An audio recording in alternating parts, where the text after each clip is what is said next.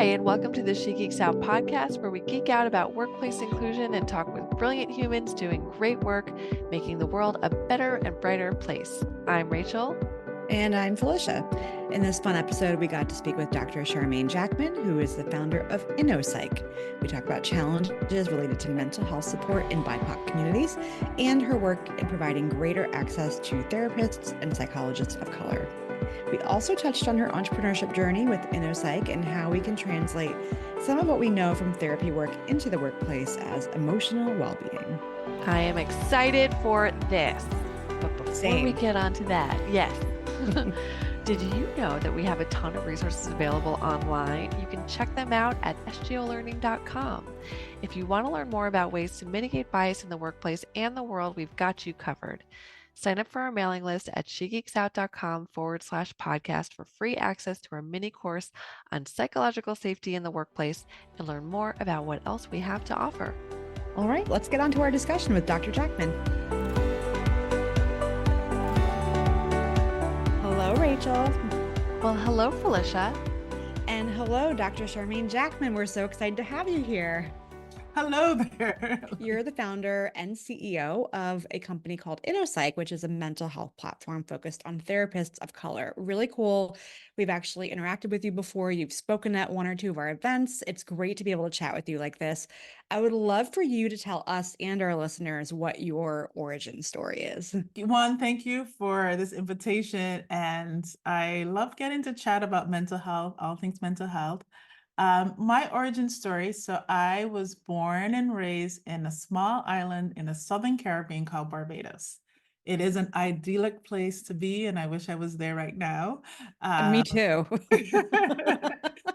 Very small island. I would say, like, that was where my foundation, my identity was formed.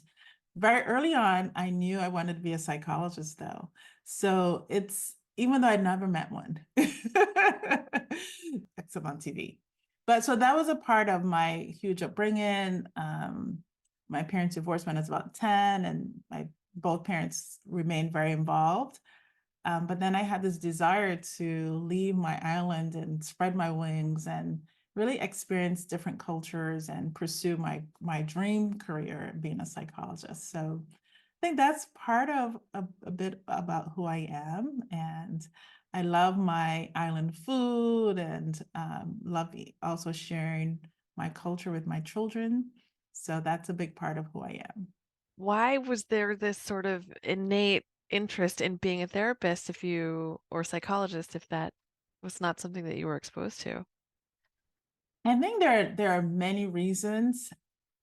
I was an only child for about the first 15 years of my life. I was also an only child for the first 1.5 years of my life.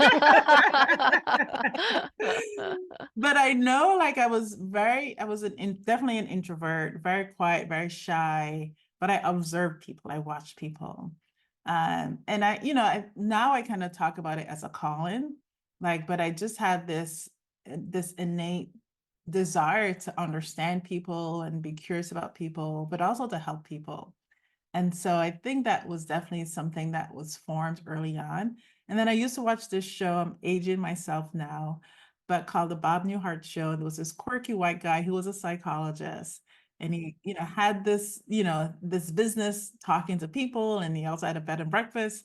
But I just loved that, that idea of being in a room with people and hearing about their situation and trying to help them through it. So I think that was just something that spoke to me very, very early on. Again, not having met one in real life, but I could see that was something that really appealed to me. And I was like a missile. Once that came into my mind, I was like, this is what I'm going to do. So I would say probably about 14 or 15, I knew I was going to be a psychologist. I was going to leave Barbados and, find my, get a PhD again, very early on, I knew this was my path without really kind of having a lot of exposure to the world. It's so funny because it's like Bob Newhart are two words Of that all things, would not have been on my bingo card. Shocked. Shocked. Delighted, yet shocked. If he knew, yeah. if he were listening right now, He would be very surprised. The impact that he had. Yes. Super side note, I'll plug another podcast if you are familiar with, or if you haven't, you should listen to the Bob Newhart interview on Conan O'Brien Needs a Friend. It's great. And Okay. since you are an early fan and he was I a will key definitely figure check for that out. you, definitely check it out. We will link to it in the show notes. Definitely check that out. We're not on the same level podcast wise, but in any case. So, Yeah. Barbados has birthed, this psychologist and Rihanna. So like, hey, what else do we need? Literally nothing. I think the interview's over. We did it. Done. But now we just hit the Conan O'Brien episode. No, we have so much more to get into. Okay, so you were like, I'm on this pathway. I've got this, this mission from wherever, the Bob Newhart show. You were just like on this, divine path, as it were.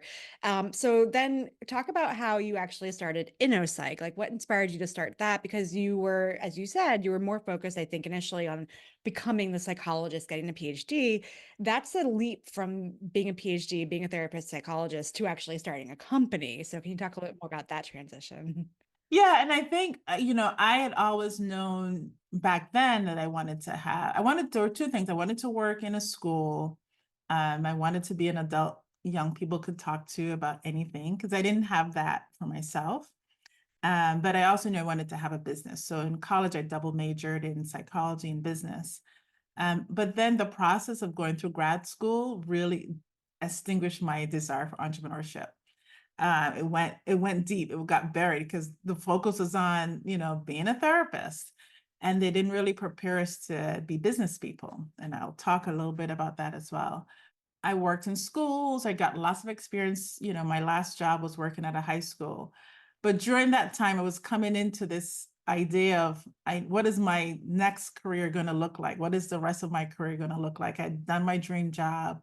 It was very fulfilling, but I also felt I was aging out of working with teens. The further I got away, that the age gap got. And so I was really thinking about what was the next path going to be. And then I experienced this very difficult, painful time. And actually, this business comes out of a difficult time in my life. My husband and I were going through a very, very challenging time in our marriage. And we both knew we needed to get help, or we weren't sure what the path was going to be for us. And so we started we wanted a couples therapist, and we both wanted therapists of color. Black woman for me, I think he wanted to work with a Black male. He's a Black man. And the process was extremely difficult. Finding a therapist, we went through all the search engines that were out there. We tried our insurance. It was challenging. And I was like, I'm a therapist, and if I'm having this much trouble, the hope for people, particularly people who look like me, who don't see therapy as really a good option, if they're having this much challenge finding a therapist, it could be fatal. People will come to this when they're in hard times, not when things are all roses, right? And so if they find this many roadblocks, and I was like, I can do something about this. So it took us, we did find a therapist. She was a white Jewish woman.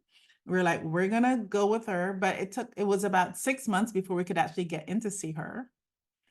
And then she actually helped us find, therapists for ourselves. So again, this was at least 6 months waiting as we we're trying to figure out our marriage. And so once I came out of that, I was like, this is something I can do. I'd been thinking about what is this next phase of my life going to look like. I knew I wanted to do something in entrepreneurship. I'm this is something I can do. And so that's kind of how it got inspired. So a lot of times I think entrepreneurs do create companies out of pain. And I definitely, that's was my formation for InnoPsych. It came out of a painful time in my life. Wow, that's really beautiful. Thank you for sharing that. What year did you actually start InnoPsych? So 2019, we incorporated. And then soon after that, again, I think the world, the universe does kind of conspire to support you on your goal. And I think in December of 2018, I was at my desk at work and I was going through my email and I saw this email from Citizens Bank. There's this Community Champion Award. Apply for, it was like $20,000 for the first prize, $10,000 for the second prize. And it was 150 words. Tell us about what you want to do, what change you want to bring to your community. And I think it was about 2 days before it was due. So I typed up and sent that puppy off. And then in about April 2019, I got an email about, you made it to the like semifinal round. You have to send us your social security number and all this information. I was like, no, you're not getting my. That sounds like a scam. Citizens Bank. This is a scam. No. So then I researched the company. I'm like, okay, well, you know what? I'm just going to do it. So anyway, fast forward, I won. They said, we're going to come out to your office, invite people. I did not invite anyone because I'm like, this is probably still a scam. You're like, I'm the community champion. Look at my community. Here they are. Like, y'all not going to make a fool of me. I'm going to bring all these people here and then it's going to be some scam. But I ended up being I won second place. So we got $10,000. And actually that helped us to then create the website that people now see. Amazing. Yeah. So. And what a time to start. That's kind of why I was asking because, right before the world shuts down and then all of a sudden, people are realize that we are not in a post-racial society. A lot of white folks realize that. So it's such a time to have been incorporated and have your business start. Well, we incorporated, we built the product in 2019, and then in January 2020 is when we did our official launch. And then to your point, two months later, our mission was to disrupt racial inequities in mental health. And the universe like, all right, you said you want to do this thing, go do this thing. So it was actually good timing to be a resource for people, particularly communities of color, at a time where people were desperately looking for therapists. And I know we definitely made that process easier for folks. So I'm really proud of the work that we're doing. But it's entrepreneurship. So. It's an up and down. I mean, yeah. And it's so funny because I think Rachel and I can really resonate to that feeling of the universe. When the path is right, the universe, we both feel, conspires to put you in the right place, introduce you to the right people, the right, maybe scammy, but not really business opportunities. I'm like still throwing some side eye at Citizens Bank for that. But, and I personally can definitely relate to some of those challenges because I had similar issues myself when I was trying to find a therapist years ago, and same exact thing, it's like you call your insurance company, they say, here you go. I actually remember I called my insurance company because I was having issues with recommendations from friends. And the guy I ended up talking to on the phone must have been some customer service person or somebody, but he was like, okay, so he just started listing names and I was like, can you send me a spreadsheet or like an email? And he was like, no. And he just started listing names. I remember I just was like, okay, like that one, just give me the phone number. Yeah. That's how I found my white Jewish therapist. Right. Is lovely. Yeah. And I think for me, by the time I guess I was looking, they had maybe taken your advice and it was an email list or a website they had. But it was just people's names and their address. There was nothing about them, about their approach, about their ethnic background. They didn't, and some insurances are changing that up, but there was no information about their cultural or ethnic background. I'm like, this is important for me.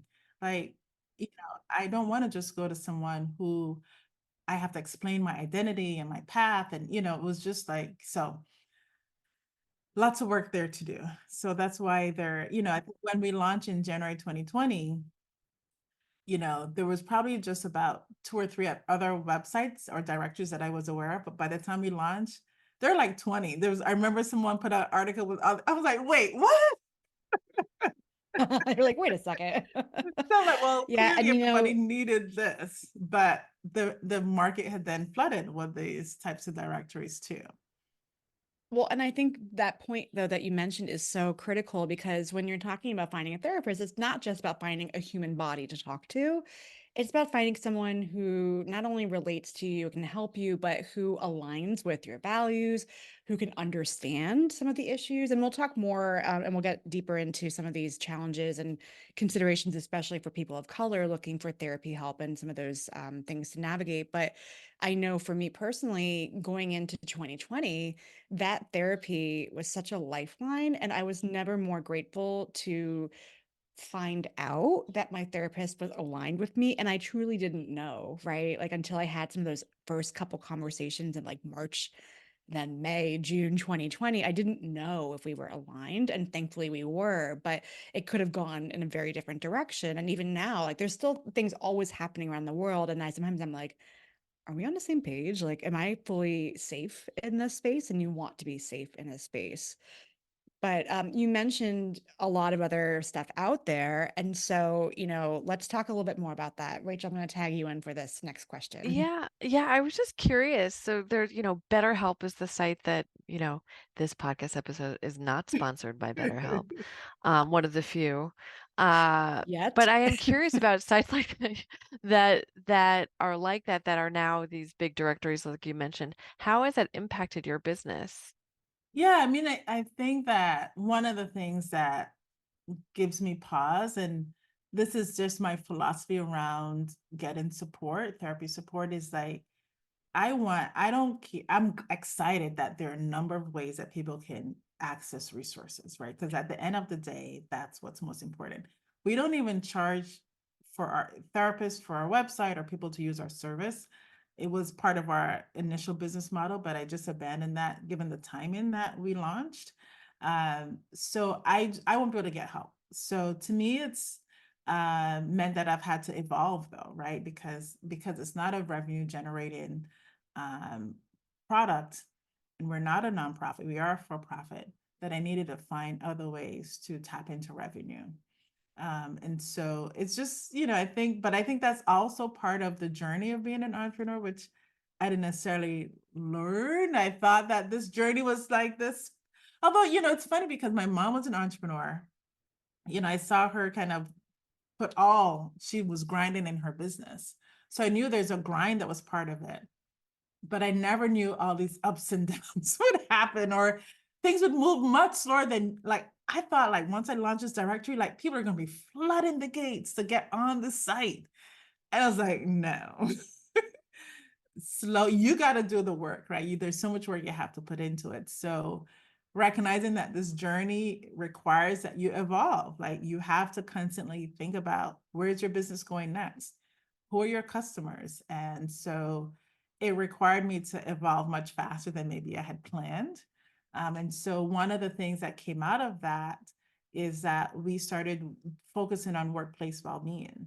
And that came out of, again, I hadn't thought about this, but once we had launched and we were positioned providing this therapy support or access, once the pandemic hit, then we got lots of calls from companies saying, can you come and talk to our employees about work well-being and how to take care of yourself in this crisis?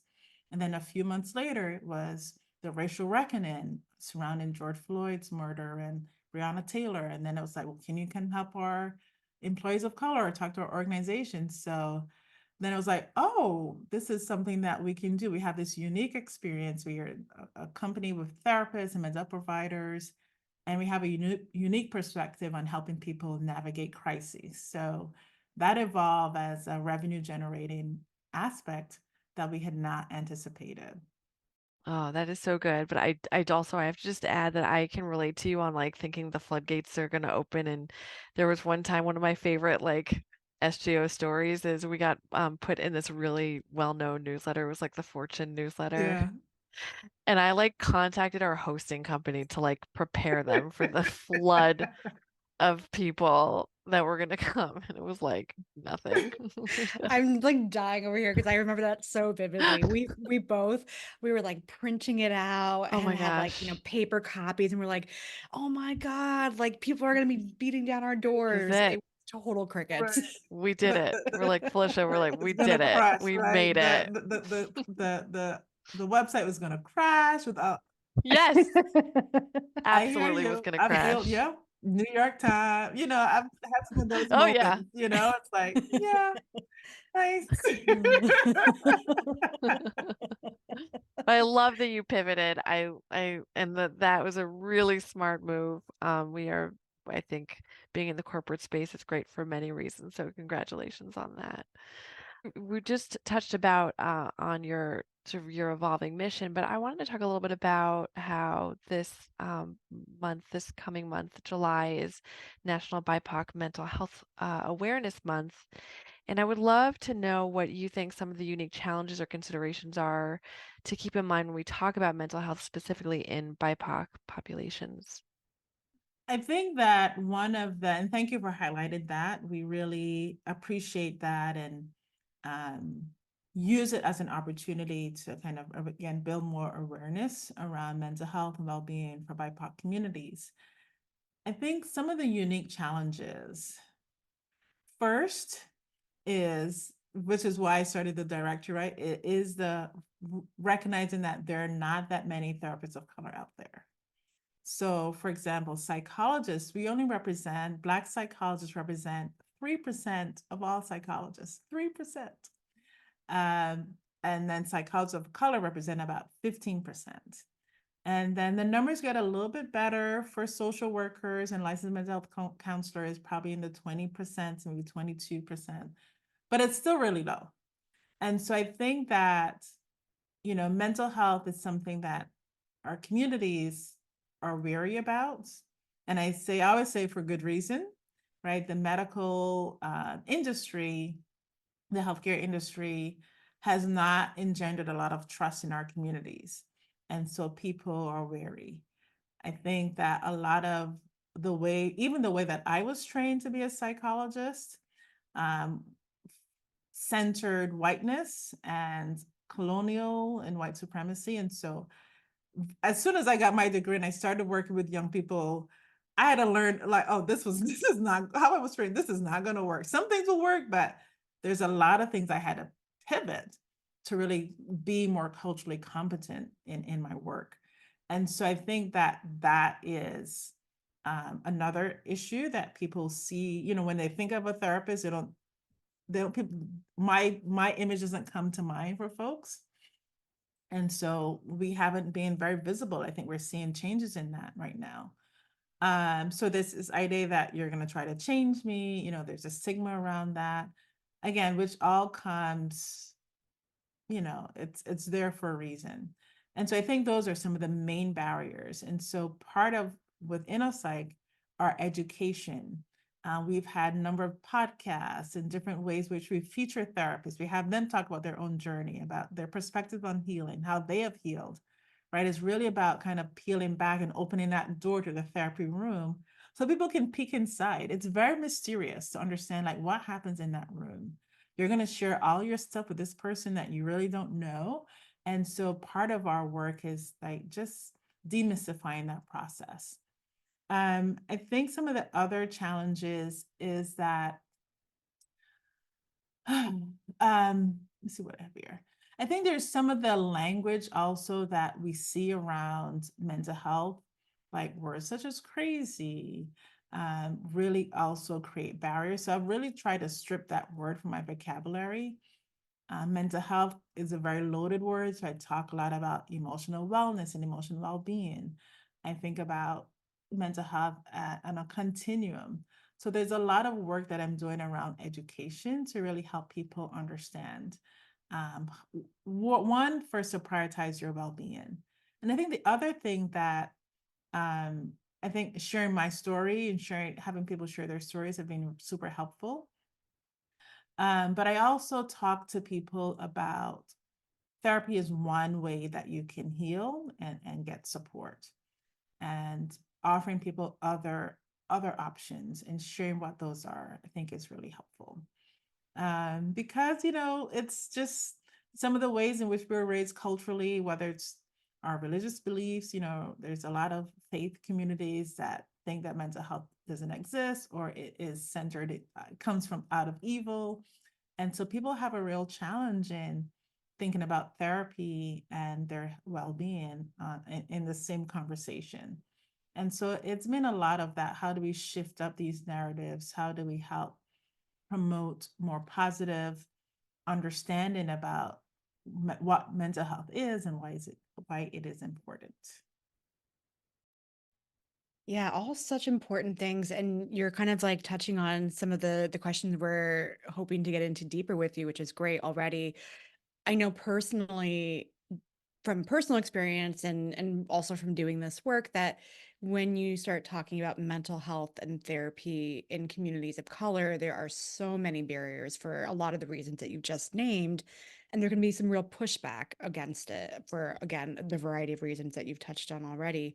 I know, again, personally, when I started seeing a therapist years and years and years ago, I remember having a very like loaded conversation with my mom, and I was actually looking to her to provide some of that therapeutic support for whatever situation I was going through. And I remember she was very dismissive of it and was like, well, go see a therapist. And then when I did, it was kind of frowned upon, almost like a deficiency or a failing. And I know that's just a small, sort of isolated experience, but that happens so many times over and over again. And you've touched on this idea of cultural competency in therapy. So there's first just barriers in getting people of color even to the In the site, room, right? right? Or Yes. knocking on the virtual or real door, getting them in the room. And then there's the matching with people who can understand the experiences. And so I'm wondering if you could talk a little bit more about that idea of cultural competency, because I know that especially over the last, let's say like 3-4 years, we have, I personally heard a lot of people talking about, I'm a person of color, I have support, I have mental health support, I have a therapist, psychologist, what have you, but they're white, because there are still so many white therapists out there and like they don't get it, right? And so can you talk a bit more about why, whether or not you're a psychologist of color, why that role of cultural competency is really critical for this kind of work? Yeah, I think that, and I'll tackle it from a number of ways, but let me start with this story. As I was launching InnoPsych and telling people what I was doing, many people shared their experiences in the therapy room. And one of the ones I remember distinctly was a Black male, because part of it, and why this I think sticks out, is because men of color um, access therapy, or one of the fewest population to access therapy, right? There's even more stigma within the male community and in the Black male community specifically, and communities of color. But I remember him telling me his experience in working with a white therapist, where he experienced racism, where he felt that therapists had said some things, and then the next session they were like trying to appease their guilt, and it was like it became all around this white therapist centering their own needs and not providing for this man who's come in at a difficult time in his life to get support. So that story really sticks out to me. And there are many that are like that, where people have shared, trying a white therapist, because again, the math, that's the math we have. And so, but experiencing racism or other isms in the therapy space. And so I think this is how it happens. As I mentioned earlier, the way that I was trained was definitely centered whiteness. It often pathologized peoples of color's cultural experience, our ways of healing, our faith, right? Even when I was trained, like, you don't bring religion in the room. How can I not bring religion in the room, right? Particularly for people where this is central to their experience. So those are some of the things that people experience. And in my training, I had to take one course on multicultural, and then it was called multiculturalism, right? Where you understood every culture and had all the stereotypes or central beliefs about a culture that were supposed to like fit everybody. In Massachusetts, you had to take if you wanted to get licensed in Massachusetts, you had to take that course. There were some programs where you didn't need to take it. And then, so you can go through your training to be a psychologist and not take a course, right? Or you take 1 3-hour course. And then once you need to renew your license, you don't have to ever take another course on cultural diversity. and it's still the case in Massachusetts, something that I'm working on with some other mental professionals. But in other states, it really made it where you're required to take a course in multicultural counseling as part of your licensure renewal. So someone can go through their whole career and only have taken one course and have no incentive to take any other courses. So that's why this stuff happens, why there often is a lack of cultural competency in therapy. And so the problem with that is that if you don't know, you haven't made an effort, and you go see someone and assume that your experience and what you know is going to be resonant for this person in your room, you can actually cause harm. And people have experienced harm in their therapy room. And that's why I'm such a big advocate for ensuring that people have the tools. And if you don't know how to work cross-culturally, don't do it, because you can cause harm unintentionally. You know, I have to say, Dr. Jackman, I think you may have found a new business. Because, I mean, it just seems like there's a real opportunity for education for therapists in this space, because until the numbers, Yeah, the maths, yeah. it's like the amount of harm that is being caused in these spaces across the board. But people need an incentive to go take the course, right? Oh my And goodness. and even me, I'm always taking course. Like it's important for me, but people can go through their career and not have to do it. So Do you think that there are folks that want to do it but can't find it? no, if you want to do it, you can. I like that you're like, nope. You will find it. Even if you go say, Dr. Jackman, this is something I want to do. Can you supervise me? Can you help me? There are ways. Yeah, I think yeah, people just don't prioritize it, to be honest. that's fair. That is fair. That is fair. Thank you for sharing that. That's a bummer and totally fair. And one of our questions, you sort of touched on it, but I don't know if you wanted to add anything around any of the challenges with accessibility as well in this space. Yeah, and I think that is, well, let me clarify. Can you clarify what you mean? Finding like access, like finding the therapist, or from like a disability kind of perspective. So I just want. I think it can be both. So I think from an accessibility standpoint, the two sort of avenues that come to mind for me are first just finding a therapist, because you've touched on this already. We know it's really hard. It's maybe gotten marginally easier in the last 5-10 years, but it's still really, really challenging. So there's just access to therapists in general. I know, again, for me, it felt like a very sort of like closed door situation that was very mysterious. I think you mentioned that before too. And then the other aspect and the other angle of it is physical accessibility from like a disability lens, where, and you're talking, I know your work is primarily focused on communities of color, but of course, intersectionality is a real thing. And, people of color also have a lot of barriers beyond just finding the right therapist. But then, I think the pandemic has alleviated some of those challenges because remote therapies become a lot more prevalent. But have you seen anything on that front as far as part of your work or just things that you're aware of? So yeah, I think when we think about accessibility, I think, there are different ways in which I look at it. So one is just the process of finding a therapist. And even though I created this wonderful directory, I still get calls at least once or twice a week. Can you help me find a therapist? Because people are really invested in they want somebody that I personally know and can kind of like guarantee. And I'm like, I created this directory for a reason, people. It actually became because people were using They want the personal it Dr. was a Jackman personal touch. reference. It actually created the directory too, because I was getting all these requests. I'm like, oh, this is an easy way to do it. But I think that coming out of the pandemic, before the pandemic, I had one or two clients that I would use telehealth with. It was usually only like if there was a snowstorm or something. People were not very fond of it. So I think from an accessibility in terms of thinking about our different abilities, I think that has helped.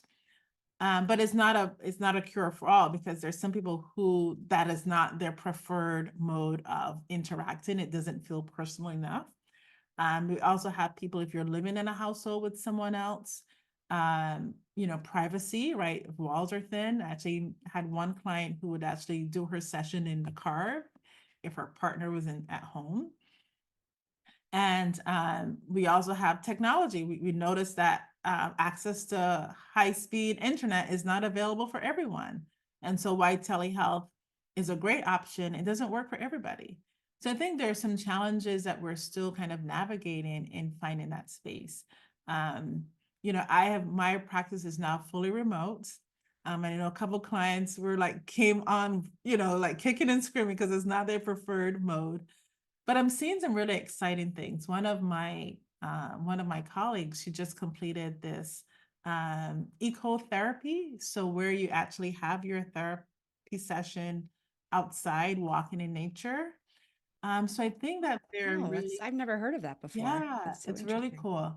So I think there are these opportunities that, and I think when I think about the decolonized lens of approach to therapy, it is actually kind of centering the patient and what they need.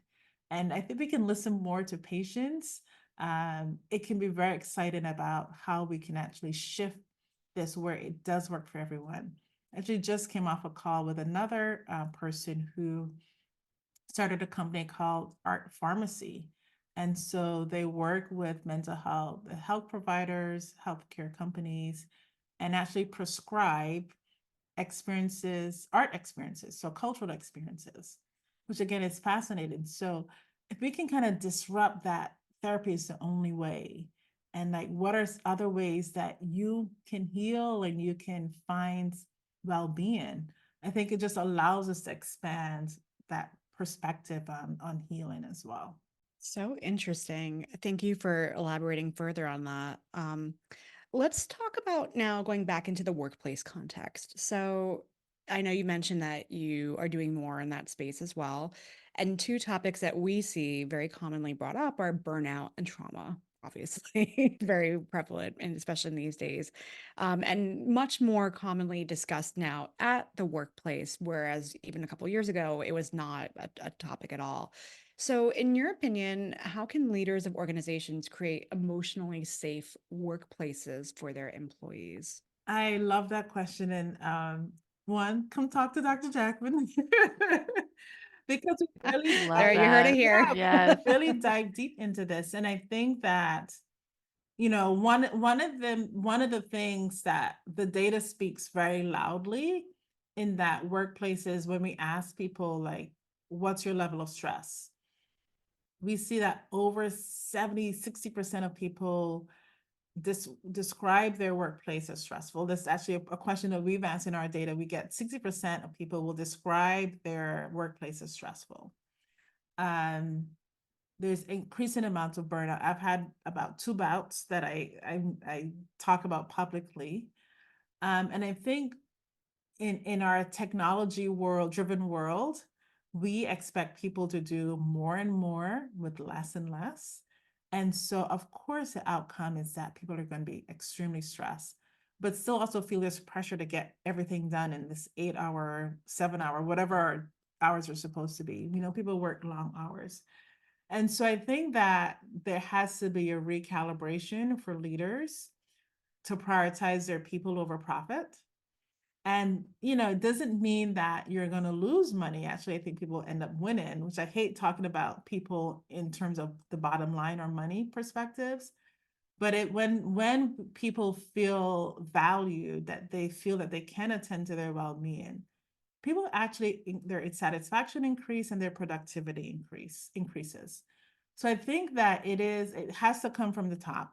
And I know in the work that you do, right, the DI work that you do is it has to start at the top, or otherwise nothing happens. And I think the same thing is leaders have to model that. When you send emails, you send in emails at late night or on the weekends, people are going to read them. So how do you actually create policies that you follow? I think a huge aspect that we see a lot, particularly when it comes to racial stress and racial trauma, is those middlemen. So sometimes the leaders at the top get it and kind of communicate it, but people in the middle managers aren't trained and don't have the experience and knowledge on how to support their employees, how to set up their meetings and their teams in ways that foster well-being.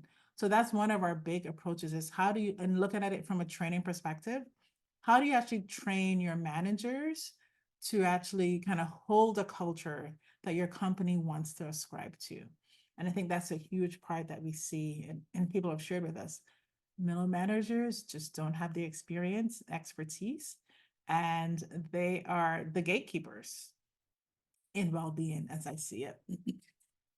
Yeah, couldn't agree with you more on that. And yeah, they a lot of times are being given this role without any training on how to actually Yeah, that's a do great, anything and with that was the people. same thing. I was promoted into this role and no experience, no coaching on how to do this well, how to support people, right?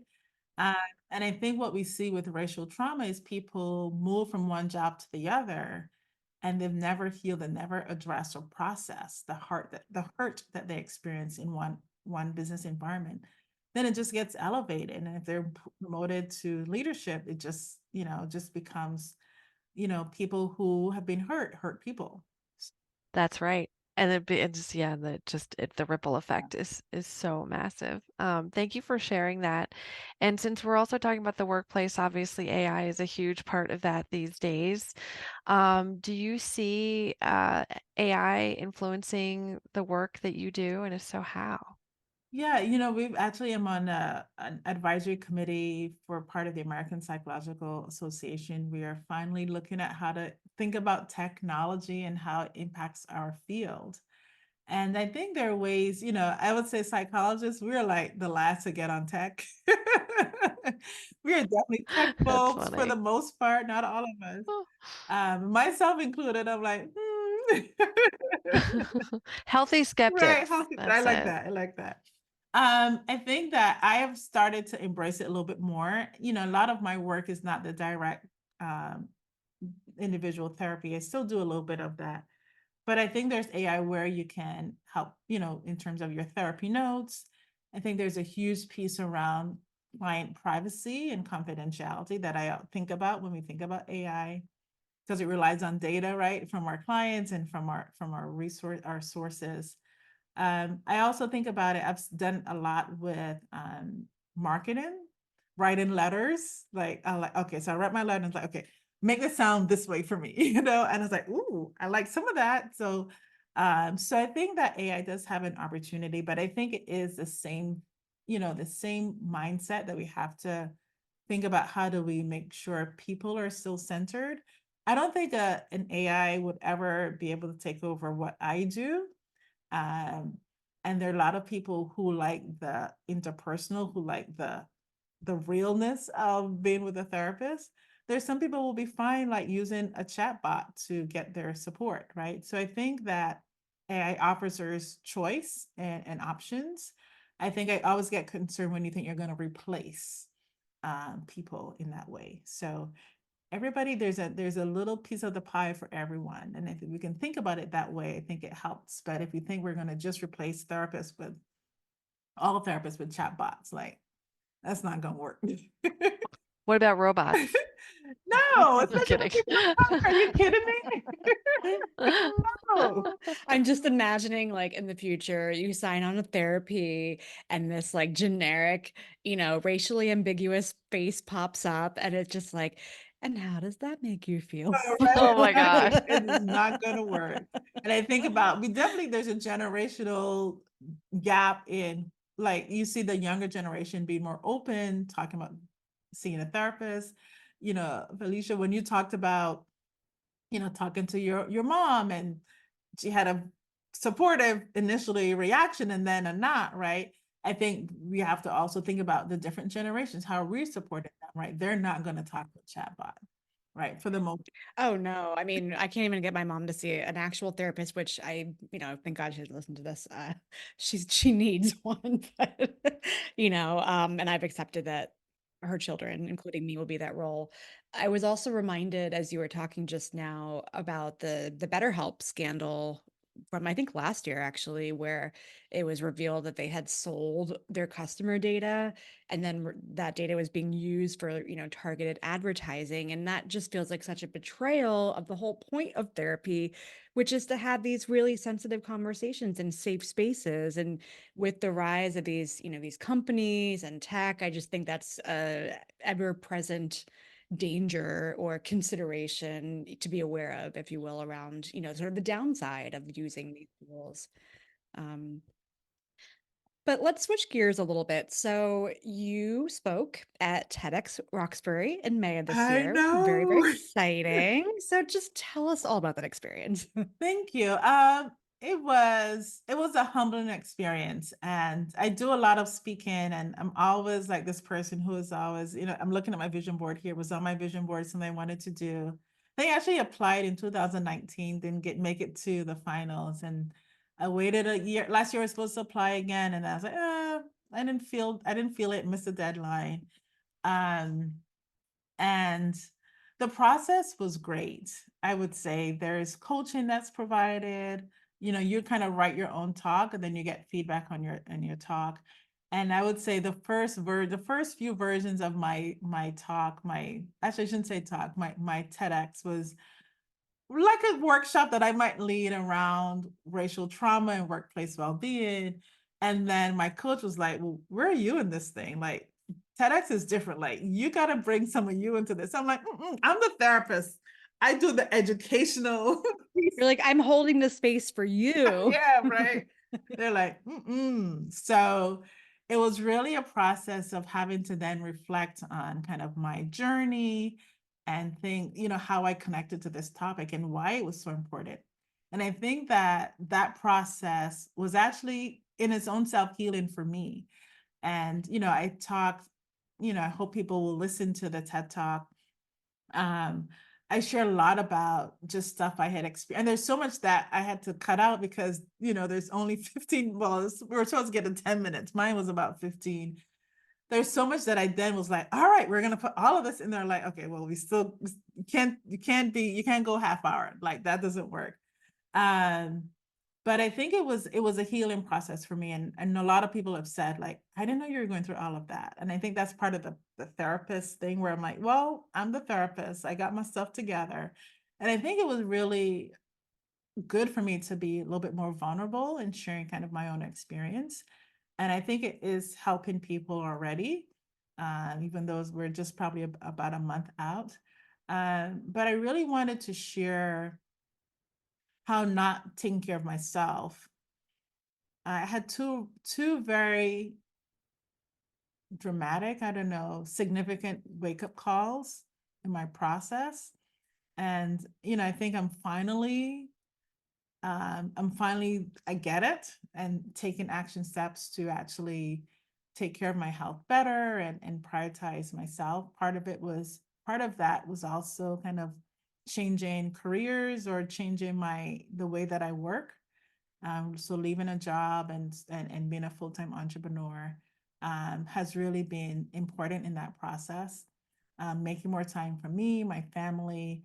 I'm getting to because I had a full-time job and then I had like 2 other side jobs. So I was burning that midnight oil or the candle one too. I mean, I was doing it all and I burned out. And I had taken a step back after my first burnout episode and then kind of slowly went back to the same things. And so I think as I'm now in the over 50 thing, retirement is a very appealing. And I think about like I want to be around for my kids as long as I can control. And so that has been a real shift and game changer for myself. And I hope that other people, we had the question about leaders, and I think there's often a lot of focus on the individual changing, but we can change, but if we go back into the same work environment, it doesn't make sense. You're still going to get re-traumatized, burnout again. But I think there's a piece to it where we do also have to make sure that we are making sure that we are first. And I think in this country, it's all about the job first and people last. And it's been a real shift for me to think about how do I prioritize myself and my needs first. Sometimes it feels selfish, I think even as a woman, maybe as a healer, it feels kind of selfish. But I know that if I don't take care of myself, then I can't do the things that I love. And I can't show for people in the way that I want to. That's right. You take those spa days. We got to put our own oxygen masks on first before we can help others. It's one of the biggest, I think it was one of the best things that came out of the pandemic was this sort of awareness that life is precious and short. And that, so I'm so glad to hear that is your new way of living in the world. And you mentioned, potentially retirement in the future. I'm curious, what is next for you? You mean retirement wise? Well, maybe. I mean, it's an interesting concept. I've been reading about it. I'm a little bit behind you in age, but I certainly think about that as well. And I read articles about, what even is retirement? It's not what our parents did, where you work, at the company for 50 years and you get your pension and then you know, wait to die. Now it's very different. And so just curious what that might look like for you. Yeah, thank you. I mean, I think I still have a few years as I figure out InnoPsych and get it to a place where it's profitable and bringing in, can support my lifestyle that I envision. I definitely see myself. I love the idea of, I actually just finished writing a book. It is in the, publishing process now, helping therapists think about their own entrepreneurial journeys. I see myself having started either a fund or an accelerator program for therapists who are looking to start their own businesses. I really want to support our therapists. There's a message about, therapists are poor, like the artist kind of, it's like, we don't have to struggle with like that. So I want to really shift that mindset and give people opportunities. I love traveling. So one of the things on my journey to kind of refining myself has been going and traveling and doing some of that alone without my family, which has been wonderful, getting to know myself and challenge myself in new ways. And yeah, I think I'm also exploring and working with two other women on this really fascinating business idea that's focused on arts. And so I'm excited to see how that evolves and where that goes. So I see myself being a philanthropist and, there's lots of things that I envision and want to do. I'm also trying to keep my feet on the ground and like, okay, you got that thing going on, the future, but like you still got the now you need to take care of. Yes, Can y'all relate to that? absolutely. Totally. But yes, I think it's very exciting. And I think what entrepreneurship has given me is that liberation to do the things I want and to vision and really like make those steps to do what I'm doing. I don't think I would have ever done a TED Talk if I was still working at the job I was working. I just didn't have the brain space to do some of that. So Love that. So we just have a minute or two left together. So really quick rapid fire. What do you geek out about? And it can't be anything work related. You may have already touched on it a little bit. I think maybe travel, some of that stuff. Is there anything else that you Maybe want to perhaps highlight? perhaps basketball. basketball, we love basketball. We're a Basketball. basketball family. Food, we love food and trying different foods in restaurants. Um, I love reading. I'm trying to get back into it because I think I lost that passion.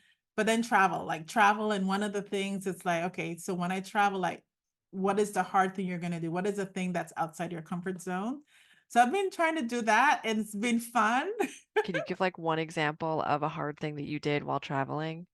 Yes, I was just about to give it. So I was in Jamaica and I've never gone horseback riding. And I was like, I want to do this. And so I got on a horse and on this tour, it was just me and the guy. I thought it was going to be other people. And he went into the water. I love water, but I'm also afraid of water. Growing up on an island, you have this double thing of loving the water, but also afraid of it. We get in the water with the horse and he starts to like buck. He starts to like trying to throw me off. Oh my And so I God. held on as tight as I can. And there's a picture of me just like, just breathing. So I didn't panic. And so that was like super hard. Something that I did and didn't expect that was going to be challenging in that way at all. But yeah, so I'm just trying different things and stepping out of my comfort zone. I also love that apparently your guide was like, click, click, while you're He was, trying to hold it Yeah. together on a bucking horse. I mean, it was a beautiful moment, but it's like, yeah, and if you had fallen off, I guess you'd have been okay. I don't know. That would have been a different moment for me. I was like, I am not falling off of this thing. I don't care how much you buck. I am not. This is not the day. well, we do have to wrap up, unfortunately. So is there anything else that you'd like to share, promote, point people to? How can people follow you, get in touch if they want to learn more? Yeah, Let us definitely know. check us out on InnoPsych. We're on all the platforms, and check out my TEDx talk, and definitely stay connected because there's lots of stuff happening, lots of workplace well-being initiatives that we do as well. So thank you so much for having me. Thank you. Oh, thank you. We hope you enjoyed listening to this interview as much as we enjoyed the conversation. Yeah, thanks so much for listening as always. And please don't forget to rate, share, and subscribe. It makes a massive difference in the reach of this podcast and by extension, the work. You can visit us on YouTube, Instagram, LinkedIn, sgolearning.com, and SheGeeksOut.com to stay updated on all things SGO. And want to learn more? Sign up for our mailing list and don't forget to grab that free code for our mini courses at SheGeeksOut.com/podcast.